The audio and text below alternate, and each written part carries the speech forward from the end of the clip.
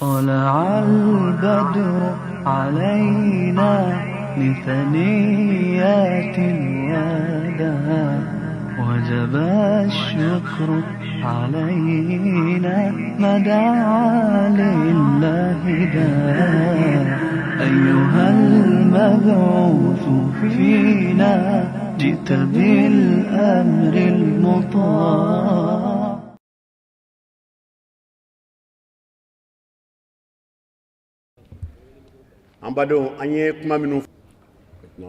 Nous remercions les frères pour ces deux préoccupations. Et comme l'a signifié le modérateur, la seconde préoccupation est relative au prochain thème que nous allons, Inch'Allah, développer dans les milieux universitaires, qui pose problème aujourd'hui.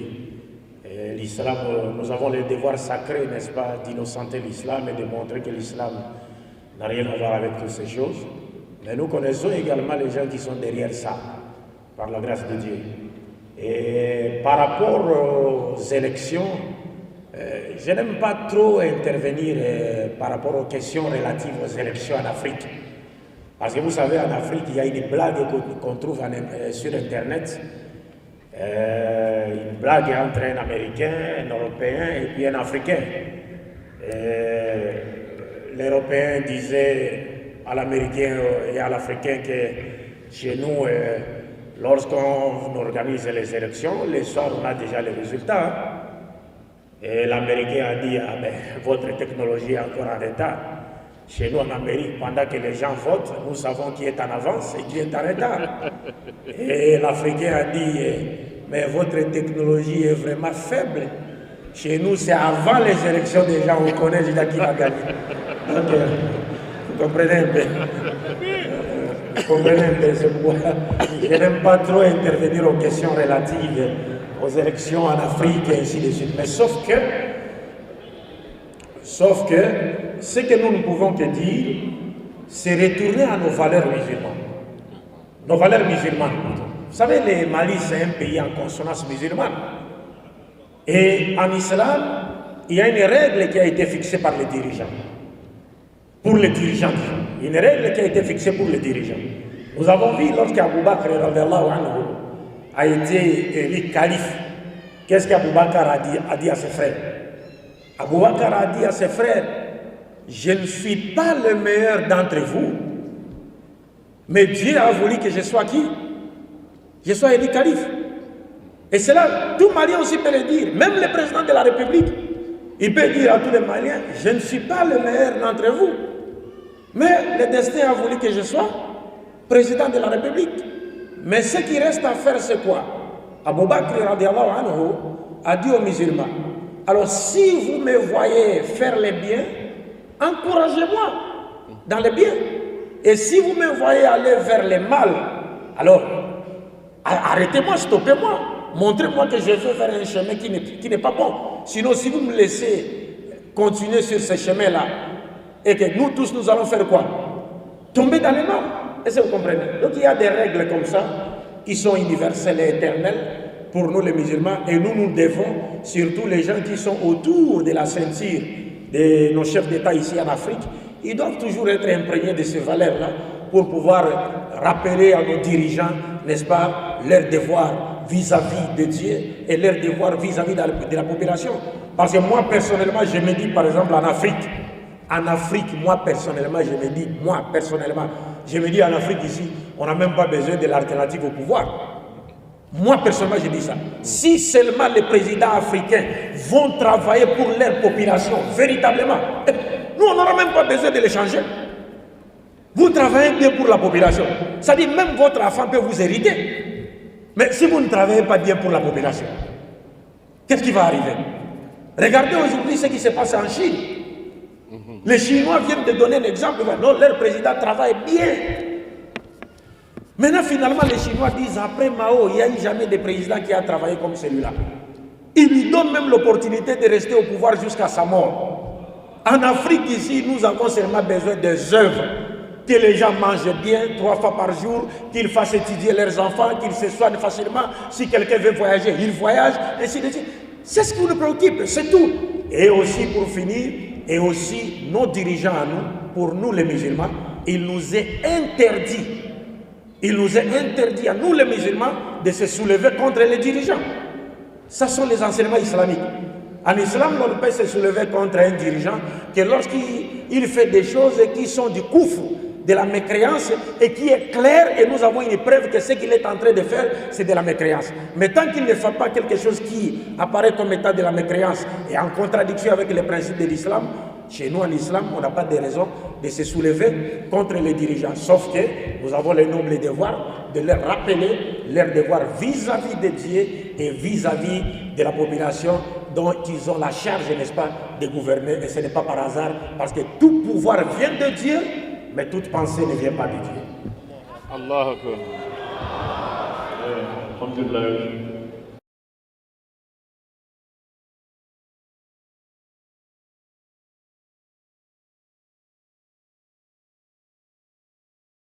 Nous remercions le frère pour sa question. Bon, c'est juste une question liée à la compréhension globale, n'est-ce pas, des textes bibliques. Bon, en islam, nous avons ce qu'on appelle ayat muhkamat ou ayat mutashabihat. Des versets qui sont clairs et d'autres des versets qui prêtent à des interprétations, mais qui ne peuvent être compris qu'à la lumière des versets qui sont clairs. Mais lorsqu'on n'est pas assez averti, on peut donner à ces autres versets un sens qui n'est pas celui qui était visé par l'auteur.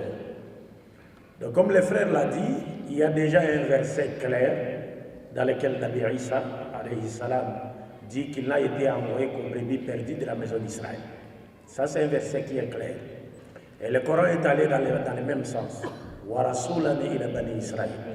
Il n'est qu'un messager de Dieu envoyé aux enfants d'Israël. Maintenant, quand il dit tout pouvoir m'a été donné par mon Père, et puis il envoie ses apôtres à aller prêcher dans toutes les nations, c'est là où les gens n'ont jamais compris. Et ils ont cru qu'il a envoyé ses apôtres à aller prêcher aux non-israélites. Ce n'est pas ça le cas. D'abord, les versets, dans un premier temps, les versets montrent qu'il n'est pas Dieu parce qu'il dit tout pouvoir m'a été donné. Celui à qui l'on donne le pouvoir, il n'est pas celui qui lui a donné ce pouvoir. Ça, c'est un premier point.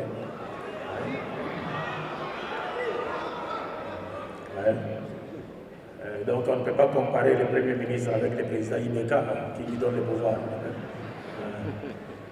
Donc, et puis deux, il dit aller dans toutes les nations.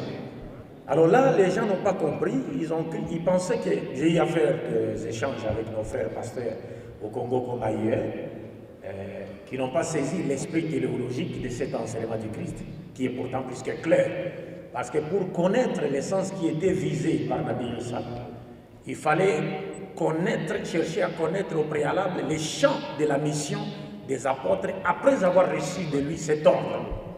Est-ce qu'après avoir reçu de lui cet ordre, est-ce que les apôtres sont-ils partis prêcher aux non-israélites? Non. Alors s'ils n'étaient pas partis prêcher aux non-israélites, qu'est-ce que signifie aller dans toutes les nations dans le monde? Alors que le Christ lui-même a dit à ses apôtres, n'allez pas chez les païens, n'entrez pas chez les samaritains, mais allez plutôt chercher les bébés perdus dans la maison d'Israël. Est-ce qu'il est en contradiction avec lui-même? Non, il n'est pas en contradiction. Le problème, c'est celui du saisie de l'esprit théologique de cet enseignement. Donc quand le Christ disait allez dans toutes les nations, il ne voulait pas parler des nations non israélites. Parce qu'après avoir donné à ses apôtres cet ordre, aucun apôtre de Jésus n'a prêché à un seul non-israélite l'évangile de son maître sur base de cet ordre. Aucun dans toute la Bible, du début jusqu'à la fin. Ça n'existe pas. Est-ce que vous comprenez? Alors là, on parlait, pour finir, on parlait de diaspora. Il y avait ce qu'on appelle la diaspora juive. Donc les juifs étaient dispersés partout, dans toutes les nations qui sont sous le ciel. C'est pourquoi lorsque vous lisez dans Actes des Apôtres chapitre 2, verset 6, on vous dit, il y avait à Jérusalem des juifs venus de toutes les nations qui sont sous le ciel. Ils sont venus pour accomplir le pèlerinage à Jérusalem. Oui, des juifs venus de toutes les nations.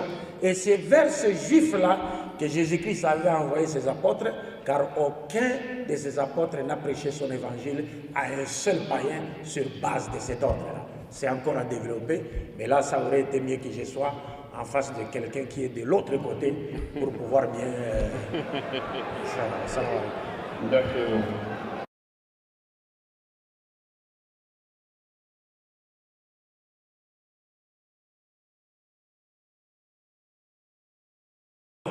أظن جواب موجود في نفس الحديث الذي ذكرته يعني بعد الحديث الأول.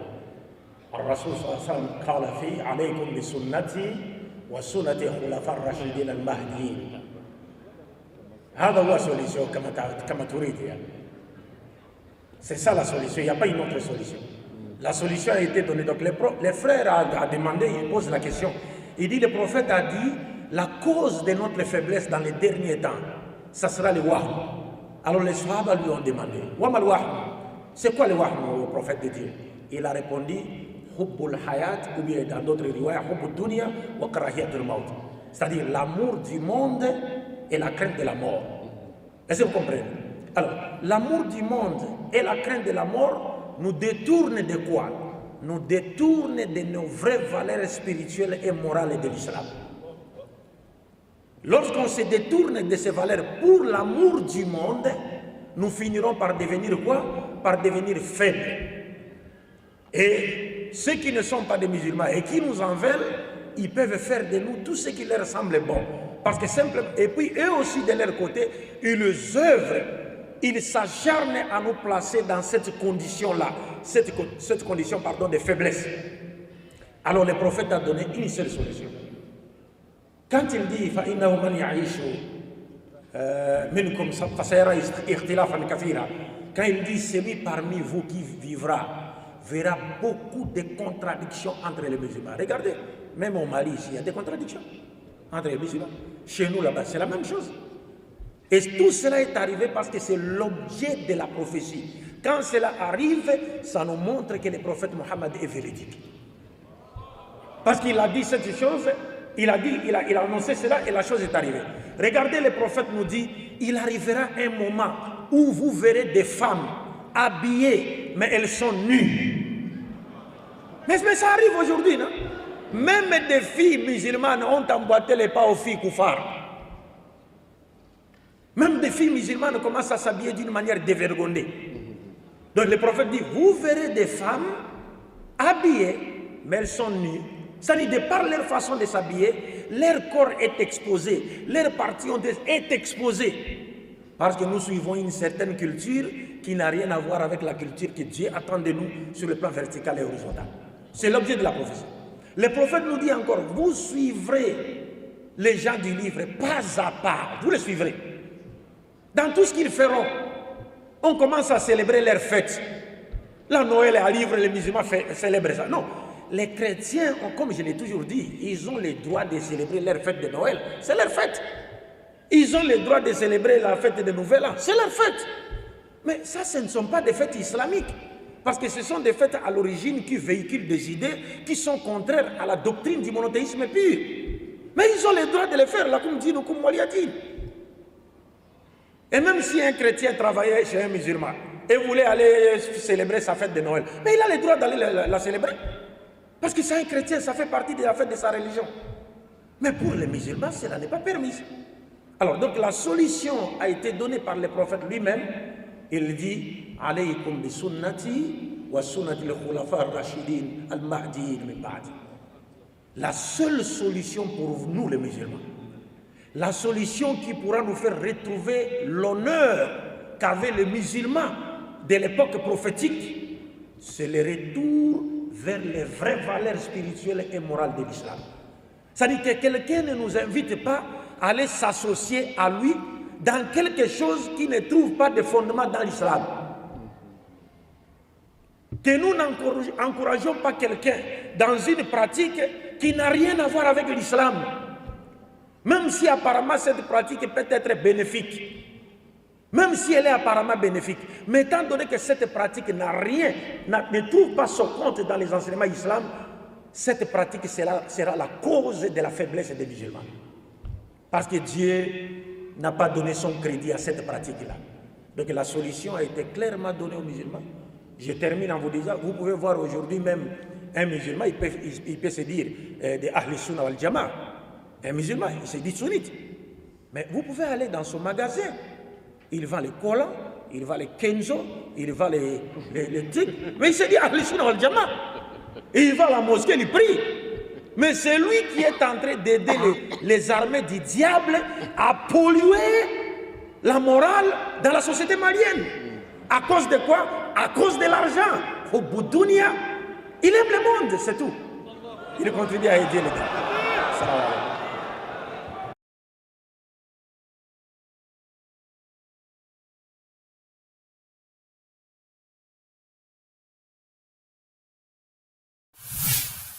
طلع البدر علينا من ثنيات الوداع وجب الشكر علينا ما دعا لله داع أيها المبعوث فينا جئت بالأمر المطاع